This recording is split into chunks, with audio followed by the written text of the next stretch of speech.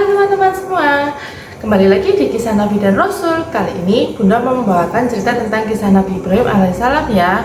Nah, sebenarnya cerita Nabi Ibrahim ini panjang teman-teman. Cuman Bunda mau membawakan tema tentang Nabi Ibrahim dan perintah haji. Nah, ceritanya dimulai dari Nabi Ibrahim yang pergi ke Mesir bersama istrinya yang bernama Sarah. Saat itu istrinya berusia 30 tahun. Nah, di Mesir itu terkenal ada seorang raja yang sangat dolim. Kenapa? Karena raja itu suka sekali mengambil istri-istri orang yang dirasa cantik sama rajanya. Nah, Nabi Ibrahim ini teman-teman menyiasati dengan berkata, nanti kalau kita sampai di Mesir terus ada pengawal-pengawal yang penanyai kamu, bilang aja kalau kita adalah saudara seiman ya. Oke, setelah itu mereka berangkatlah ke Mesir. Sesampainya di sana beneran tuh ada yang nanyain, kamu tuh siapa? Ternyata si Sarah ini menjawab, dia adalah saudaraku. Tapi ternyata rajanya ini gak percaya teman-teman, karena si Sarah ini itu cantik sekali, jadi nggak percaya kalau Nabi Ibrahim itu adalah saudaranya. Nah, karena saking cantiknya si raja ini ingin mengambil Sarah ini teman-teman. Terus tapi si Sarahnya itu ketika mau disentuh sama rajanya itu, si Sarahnya tuh berdoa sama Allah, ya Allah hukumlah raja ini karena raja ini tuh ingin menggangguku seperti itu. Kemudian ketika rajanya ingin menyentuh itu, si tangan rajanya ini teman-teman tiba-tiba tuh kaku, duk. Ternyata kena stroke, jadi tangannya tuh nggak bisa gerak sama sekali. Kemudian si raja tuh tanya, apa yang terjadi dengan tanganku? Kemudian si Sarah itu menjawab teman-teman, ya aku berdoa sama Tuhanku supaya Tuhanku menghukum kamu karena kamu menggangguku. Kemudian si raja itu bilang, ya sudah kalau gitu berdoalah ke Tuhanmu supaya menyembuhkan tanganku ini, aku berjanji tidak akan mengganggumu. Oke, baiklah kalau begitu. Kemudian si Sarahnya berdoa, ya Tuhanku kembalikan kesembuhan kepada rajanya itu. Setelah itu ketika rajanya tangannya sembuh nih, lah nggak kapok teman-teman, dia langsung mencoba melakukan perbuatan buruk lagi, ingin menyentuh lagi. Dan akhirnya ketika mau menyentuh yang kedua kali, itu tangannya langsung kaku lagi. Kok bisa? Terus habis itu tanya lagi rajanya, kenapa kok begini? Ya aku berdoa lagi kepada Tuhanku supaya menghukum kamu karena kamu ingin menggangguku.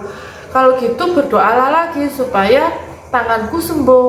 Akhirnya berdoa dan disembuhkan. Ternyata si raja ini melakukannya lagi sampai 3 kali. Dan yang ketiga, ketika rajanya ingin menyentuh itu ternyata nggak cuma tangannya aja, tapi seluruh badannya kecuali mulutnya. Nah di situ rajanya itu mulai ketakutan dan bilang, berdoalah supaya aku sembuh, aku berjanji dengan para pengikutku, saksinya aku tidak akan mengganggumu lagi, seperti itu. Akhirnya setelah berdoa, Sarah akhirnya si raja ini sembuh dan mengusir Sarah keluar dari istananya.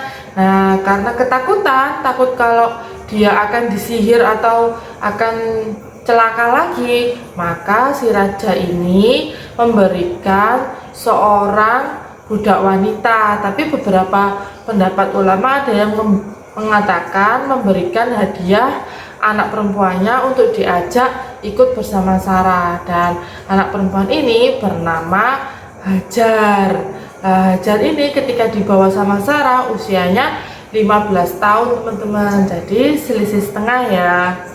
Kemudian si Hajar ini ikut bersama Sarah dan Nabi Ibrahim pulang ke Palestina. Di sana dia bekerja bersama Sarah, membantu Sarah kegiatan sehari-hari. Kemudian selama bertahun-tahun sampai usia Sarah ini menginjak usia 60 tahun. Ternyata si Sarahnya ini belum punya anak juga teman-teman. Pasti sedih kan kalau kayak gitu, apalagi sampai usia 60 tahun. Kemudian akhirnya Sarah menghadiahkan Hajar ini tadi untuk dijadikan istrinya Nabi Ibrahim supaya Nabi Ibrahim bisa memiliki keturunan. Kemudian setelah menikah dengan si Hajar ini dan dibebaskan dari budak ya teman-teman oleh Nabi Ibrahim, kemudian dinikahi, dan dari Hajar ini lahirlah anaknya Nabi Ibrahim yang bernama Ismail. Kemudian di usia Sarah 62 tahun, Sarah pun akhirnya bisa memiliki anak yang dinamakan dengan Ishak. Nah, Nabi Ibrahim ini disebut dengan Abul Anbiya teman-teman. Kenapa? Karena dari Nabi Ibrahim ini lahirlah anak-anak dan semuanya itu menjadi nabi, makanya disebut dengan Abul Anbiya, bapaknya para nabi. Seperti itu. Kita lanjut ya ceritanya. Nah, setelah lahirlah Ismail ini teman-teman, kan anak pertamanya Ismail ya. Nah, si Ismail ini ketika masih masa menyusui, datanglah perintah Allah kepada Nabi Ibrahim.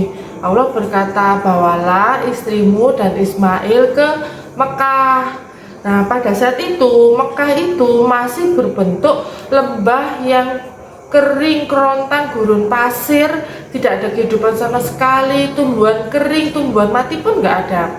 Karena sebenarnya di zaman Nabi Nuh itu sudah hanyut semua kan, habis tak bersisa, jadi tidak ada kehidupan di sana, di Mekah itu sudah hancur semuanya teman-teman. Nah, si Nabi Ibrahim ini bingung, aduh kok dibawa ke Mekah, tapi ini perintahnya Allah. Ya sudah, akhirnya dibawalah naik ke unta istrinya Nabi Ibrahim dan anaknya Ismail. Setelah siang-siang sampai di sana, kemudian Nabi Ibrahim bilang sama istrinya Hajar ini, baik istriku, kau kutinggalkan di sini bersama Ismail, aku akan pulang ke Palestina. Dan dia meninggalkan istrinya tanpa berkata-kata apapun lagi, dan dia pergi dengan untanya itu dengan menangis. Sekarang siapa ya yang nggak menangis ya, meninggalkan keluarganya yang tahu di situ nggak ada kehidupan sama sekali, nggak ada air, nggak ada tumbuhan, nggak ada hewan, nggak ada orang, nggak ada penghuni, seperti itu. Kemudian si Hajar ini mengejar Nabi Ibrahim. Ya Nabi Ibrahim, kenapa kau tega meninggalkan kami di sini? Sampai 3 kali bertanya, Nabi Ibrahim ini nggak jawab teman-teman. Kemudian datanglah semacam ilham ya, ini dari Allah.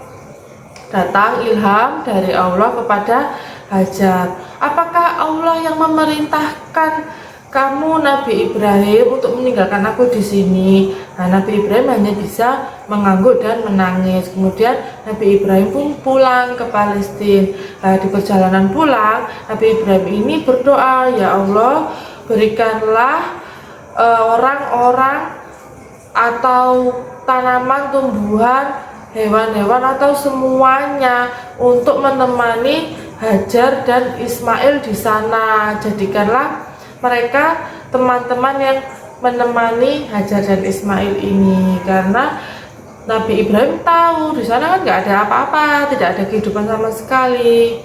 Nah, setelah Nabi Ibrahim berdoa pulang ke Palestina, si Hajarnya ini tadi teman-teman itu dia kebingungan, duh ini gimana, si Ismail ini butuh minum, dan air yang dia bawa itu cuma 1 kendi dan itu pun sudah mau habis. Jadi dia tuh mencari ke sekitar sana sini, kira-kira ada nggak ya, setidaknya ada air gitu yang untuk minum supaya Ismail tuh nggak haus. Akhirnya Ismail diletakkan di tengah lembah itu, dan si Hajarnya, ibu Hajar ini tuh naik ke atas bukit. Lah di Mekah itu ada 2 bukit yang berdekatan, yaitu Bukit Safa dan Bukit Marwah. Pikirnya ibu Hajar itu di atas bukit bisa melihat seluruh lingkungan lembah Mekah ini, apakah ada kehidupan. Akhirnya dia pergilah naik ke atas. Pertama naik ke Safa, kemudian naik dilihat di Marwah itu kok sepertinya ada air, padahal itu cuma fata morgana kan, karena siang hari itu. Nah, pergi lari ke Bukit Marwah, kemudian dari Marwah kok nggak ada air, tapi dilihat di Bukit Safa ini kok ada. Akhirnya lari lagi ke Bukit Safa sampai berulang-ulang kali, sampai 7 kali. Setelah 7 kali lari ke sana ke sini, kedua bukit itu, tiba-tiba Ibu Hajar ini melihat teman-teman di bawah kakinya Ismail itu keluarlah percikan air, sumber air dari situ keluar. Allahu alam ya, ini sumber airnya bagaimana Allah menciptakannya itu ada perbedaan pendapat dari beberapa ulama, tapi yang setelah kejadian itu akhirnya Ibu Hajar ini tangannya tuh langsung mengumpulkan tanah di sekitar air itu, supaya takut kalau air ini bakalan mati dan habis, akhirnya dibendung. Takut kalau airnya surut atau habis, akhirnya dibendung. Dia buat bendungan kecil dengan menyebut kata Zam-zam, zam-zam. Nah, sebenarnya kata zam-zam itu asalnya dari Palestina, karena Ibu Hajar kan dari Palestina.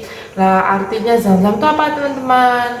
Artinya berkumpullah. Maksudnya Ibu Hajar itu supaya air ini tadi nggak habis, supaya bisa diminum sama Ismail itu tadi teman-teman. Kemudian setelah itu di suku negeri lain namanya suku Jurhum teman-teman, itu di negeri Yaman itu di sebelah selatannya Arab itu ya teman-teman. Di sebelah selatannya sini itu ada negeri Yaman yang awalnya itu subur, di situ banyak mata air, dan di kanan kiri bukitnya itu banyak sayuran dan buah-buahan dan apa aja tersedia di sana. Dan mereka mahir bertani, mahir berternak, seperti itu warganya di Yaman itu teman-teman. Tapi mereka karena kufur nikmat, akhirnya sama Allah dihancurkanlah mata air itu, dan akhirnya yang tersisa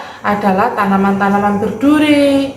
Tidak ada lagi sayuran dan buah-buahan. Akhirnya ternak-ternak mulai kurus, dan akhirnya mereka satu kaum itu, satu suku yang bernama suku Jurhum ini teman-teman, akhirnya mencoba migrasi. Mereka pindah ke negeri Syam. Nah, negeri Syam itu ada di sebelah utaranya Arab. Nah, di tengah-tengahnya antara Syam dan Yaman itu kan ada Arab yang ada kota Mekahnya ini tadi kan. Nah, mereka kan migrasi. Nah, di tengah-tengah itu mereka melewati Mekah dan melihat ada Ibu Hajar dengan Ismail yang duduk di tepinya sumber air yang dibendung tadi. Kemudian kaumnya tadi mendekat dan datang, wah ini ada sumber air, Ibu Hajar, saya boleh nggak, kami mau tinggal di sini untuk kehidupan di sini, membangun kehidupan, karena di sini ada sumber mata air, di tempat kami itu sudah kering.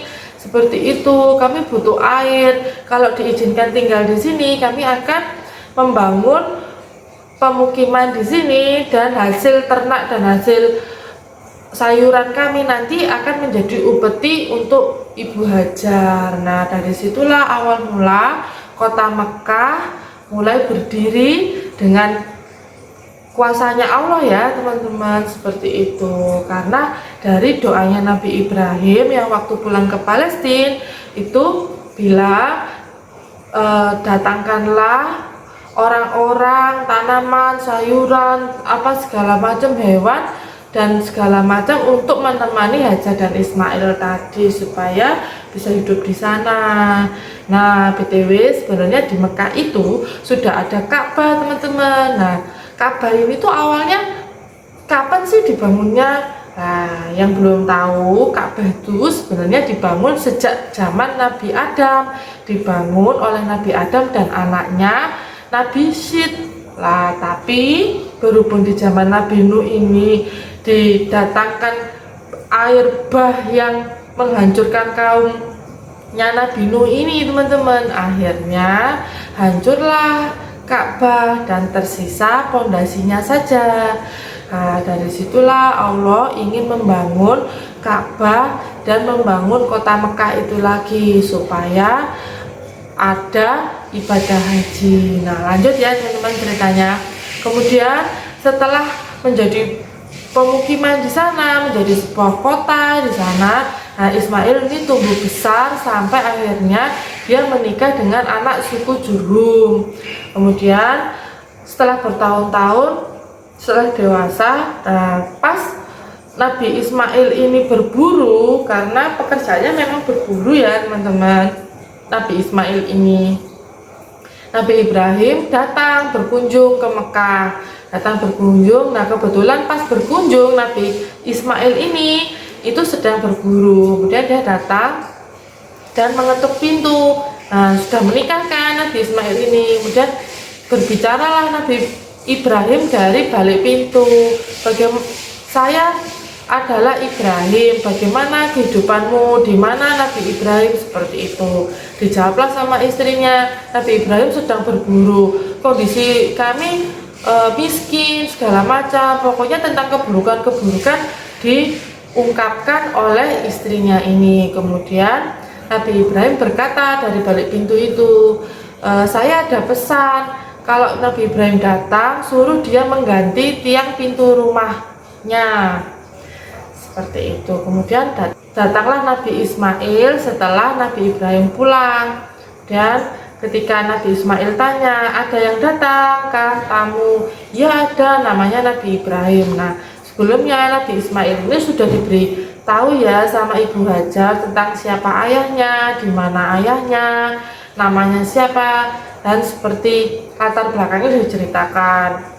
Nah ketika istrinya bilang, wah ada tamu namanya Ibrahim, dan menceritakan seperti ini, seperti ini, seperti ini, ternyata ketika dibilang untuk mengganti tiang pintu rumahnya itu yang dimaksud adalah untuk menceraikan istrinya.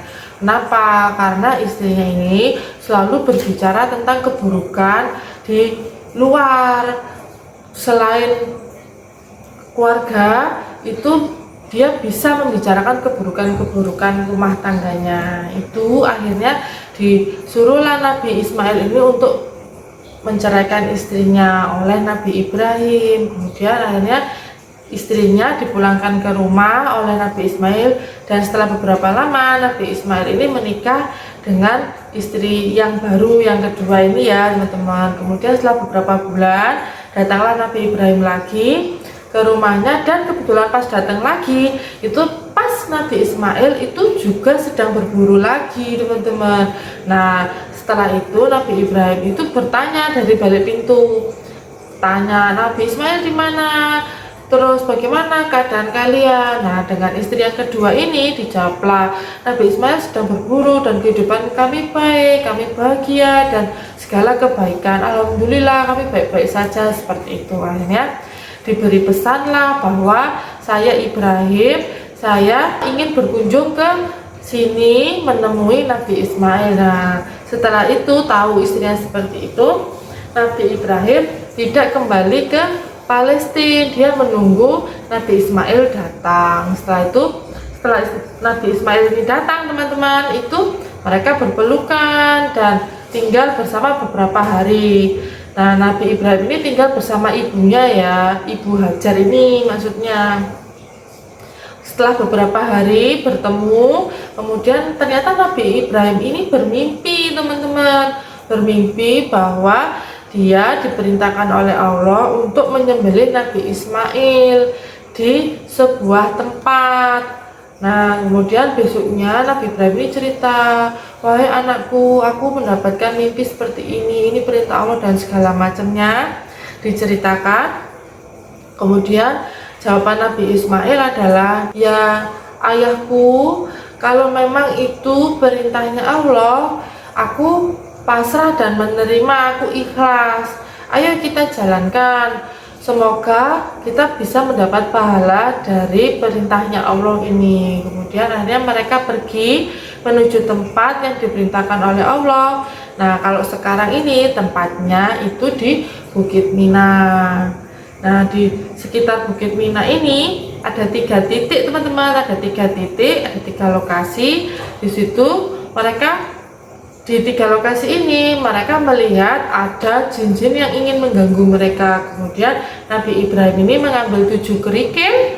7 kerikil ini diambil untuk melempar setan-setan jin-jin itu tadi supaya tidak mengganggu. Akhirnya setelah di 3 titik ini dilempari oleh Nabi Ibrahim dengan batu kerikil-kerikil itu, barulah jin-jin ini lenyap dan tidak mengganggu lagi. Kemudian dengan pasrah keduanya ya, Nabi Ibrahim pasrah, Nabi Ismail pasrah, kemudian sudah ditempatkan lehernya, terus pedangnya sudah dibuka dan sudah diayunkan seperti ini teman-teman. Itu ternyata datanglah malaikat Jibril dan menahan pedangnya Nabi Ibrahim. Kemudian dikatakanlah bahwa kalian sudah percaya dengan perintahnya Allah, Allah ingin menguji iman kalian. Kemudian digantikanlah Ismail ini dengan sembelihan yang lebih baik, yaitu domba yang sehat dan besar. Nah, setelah itu diperintahkan sama Allah ini kepada Nabi Ibrahim untuk membangun Ka'bah. Jadi Ka'bah ini, bangunlah Ka'bah. Kemudian dicarilah bahan bangunan teman-teman, bahan bangunan yang ada di sekitar situ. Nabi Ismail disuruh mencari batu-batuan supaya lebih kokoh, karena sebelumnya teman-teman Ka'bah ini itu hanya dibangun dengan tanah liat yang dibasahi kemudian dikeringkan terus dibangun seperti itu, kan kurang kuat. Akhirnya mereka mencari batu. Nah, setelah mereka mencari batu di sekitar, dikumpulkan, kemudian Nabi Ismail itu diberi oleh Allah Hajar Aswad. Ditanyalah sama Nabi Ibrahim, itu dari mana? Ini perintahnya Allah, saya dapat dari Allah, ini untuk menjadi pondasinya Ka'bah itu teman-teman. Dan Hajar Aswad ini awalnya warnanya putih bersih ya, tapi menjadi hitam karena dosa anak keturunannya Nabi Adam ini, ya kita ini gitu ceritanya. Dan yang terakhir ceritanya, setelah semua perjalanan itu kemudian datanglah malaikat Jibril dan berkata, wahai Nabi Ibrahim, kau ditugaskan untuk menyampaikan kepada seluruh manusia di muka bumi untuk melakukan ibadah haji di Mekah ini. Wahai malaikat Jibril, perkataan Nabi Ibrahim nih, bagaimana mungkin aku menyampaikan kepada seluruh manusia di muka bumi? Suaraku tuh hanya sebatas ini, nggak mungkin bisa sampai ke seluruh muka bumi. Kemudian malaikat Jibril berkata, kamu hanya menyampaikan saja, jadi laksanakanlah. Kemudian akhirnya Nabi Ibrahim mencari tempat yang tinggi. Di sini ada perbedaan pendapat ulama, ada yang mengatakan Nabi Ibrahim ini naik ke atas Ka'bah, dan ada beberapa yang mengatakan bahwa Nabi Ibrahim ini naik ke atas dataran yang tinggi teman-teman. Nah, disitulah Nabi Ibrahim berkata, wahai seluruh umat beriman, datanglah ke Mekah untuk melaksanakan ibadah haji karena perintah Allah. Seperti itu. Nah, ternyata suara Nabi Ibrahim ini menggema, didengar oleh seluruh umat beriman di muka bumi ini pada waktu itu ya teman-teman. Itulah kuasanya Allah. Dan akhirnya manusia-manusia yang di zaman itu beriman kepada Allah dari seluruh muka bumi datang berbondong-bondong melaksanakan ibadah haji. Mereka ada yang naik untanya itu sudah kurus banget karena jauh perjalanan mereka, seperti itu. Nah, itu tadi ya kisah dari Nabi Ibrahim dan perintah haji. Gimana teman-teman, bagus ya ceritanya. Jadi kalau kita punya kesempatan usia, punya kesempatan dana, diusahakan ya teman-teman. Kalau misalkan kita ada dana sedikit, ditabung dengan niat untuk pergi haji, semoga Allah nanti mengabulkan. Seperti itu. Kalau nggak diniati, nanti tidak jadi berangkat. Harus diniati dulu ya supaya bisa. Nah, video kali ini sampai di sini dulu ya teman-teman. Kita ketemu di video selanjutnya dengan cerita Nabi berikutnya ya. Oke, terima kasih sudah menonton. Sampai jumpa.